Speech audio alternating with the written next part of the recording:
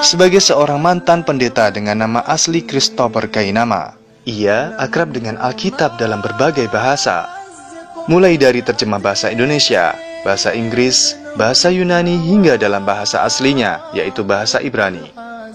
Ayat demi ayat, ia selami, hingga akhirnya bertemu dengan sebuah ayat yang sangat menghentak dirinya.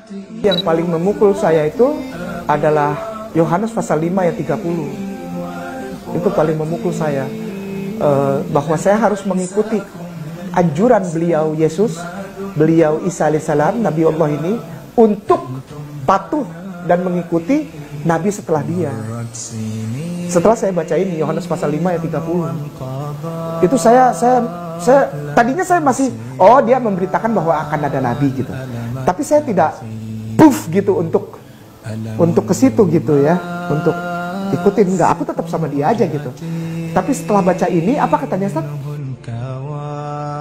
Nah udah, aku tidak dapat berbuat apa-apa. Berarti kalaupun aku ikutin dia, tidak ada cara lain, aku harus ikut yang dia bilang tadi. Ia yang akan datang,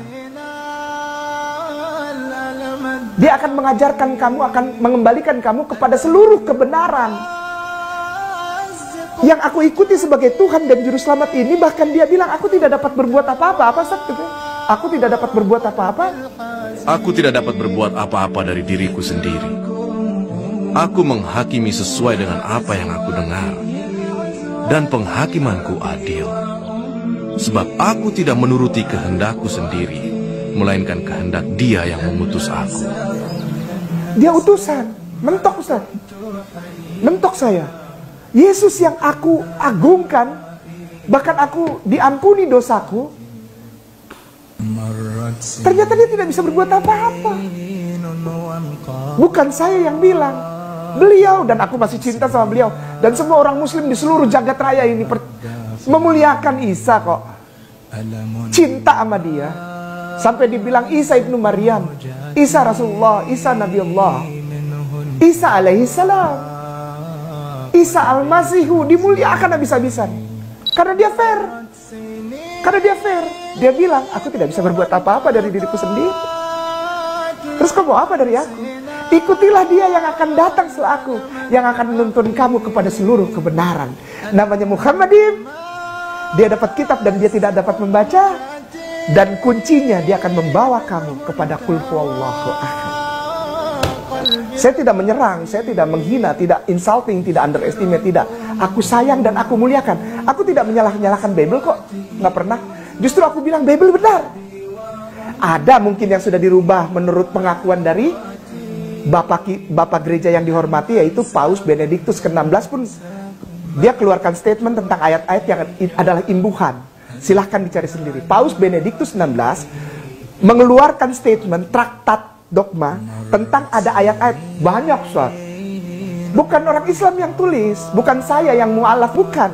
Yang bilang ada ayat-ayat sisipan, ayat-ayat palsu, ayat-ayat yang dibuang, itu justru Paus Benediktus 16. Gitu ya.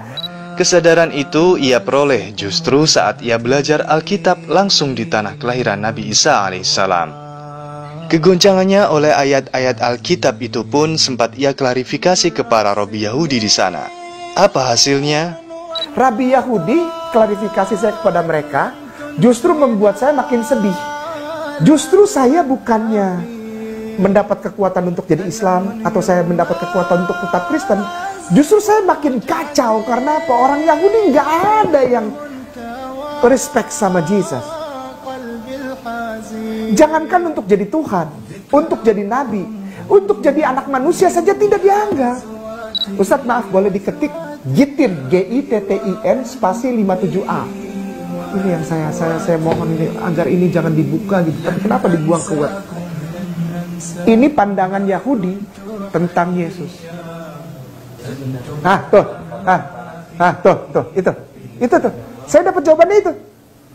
Bagaimana tentang Yesus? Apa Ustadz bacain lagi? Jadi jangan saya yang baca. Nanti saya dikira bohong.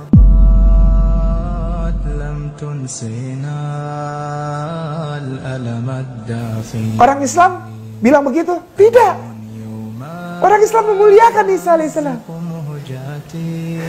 Terus kenapa orang Kristen dan Katolik benci sama orang Islam? Janganlah. Ya, toleran gak orang Islam? Toleran, karena kita memuliakan. 25 kali nama Isa alaihissalam dalam Al-Quranul Karim. Bahkan kita berikan surat khusus kepada maminya, opanya kita Al-Quran ada. Ini yang membuat saya pikir, bagaimana kalau aku tanya tentang Islam? Apakah percaya, Rabai? Do you believe, Rabai, that Al-Quran,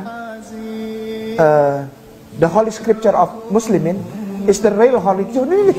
Is the word of God. Be careful for your mouth. Hati-hati ngomong. Begitulah reaksi beberapa Robi Yahudi yang ditemuinya saat ia bertanya tentang Al-Quran. Mereka mengakui bahwa Al-Quran itu firman Allah. Lalu, bagaimana pendapat mereka tentang kerasulan Muhammad SAW?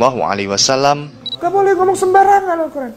Saya nyeletuk lagi, kalau gitu, apakah benar Muhammad itu adalah Nabi?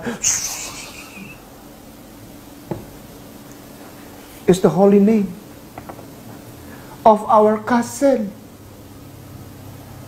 Saya kalau cerita ini bawaannya pengen nangis. Mereka kelas kepala padahal mereka tahu.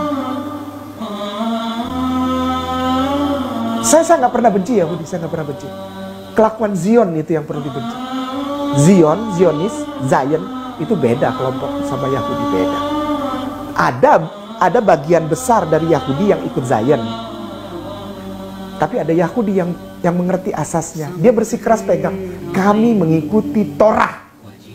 Padahal kalau dia benar-benar ikut Torah, dia harusnya jadi Islam. Ada Yahudi yang ketika saya konfirmasi ini, saya mendapatkan pemaparan yang justru menguatkan saya untuk mengikuti kata-kata Yesus yang tadi Ustaz bilang. Pertanyaannya, saya konfirmasi kata-kata Yesus, tapi saya tidak dapat. Yang saya dapat justru confirm kekuatan. Saya di-encourage untuk membenarkan kata-kata Yesus untuk menjadi pengikut Rasulullah. Karena ketika saya mengikuti dan mencintai Rasulullah, saya sudah memuji nabi-nabi yang lain 2 kali. Demikianlah mata rantai kenabian yang menghubungkan Isa alaihissalam dengan Muhammad sallallahu alaihi wasallam. Mata rantai itu juga menghubungkan mereka dengan para nabi dan rasul yang sama-sama diutus Allah untuk membawa satu ajaran, yaitu ajaran tauhid.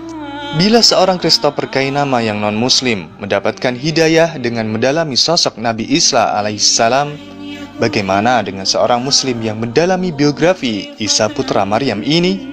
Tentang kedatangan dan kepergiannya yang ajaib, tentang pembelokan fakta yang hingga kini dipercayai oleh banyak orang, juga tentang kedatangannya kembali di dunia untuk menaklukkan Dajjal.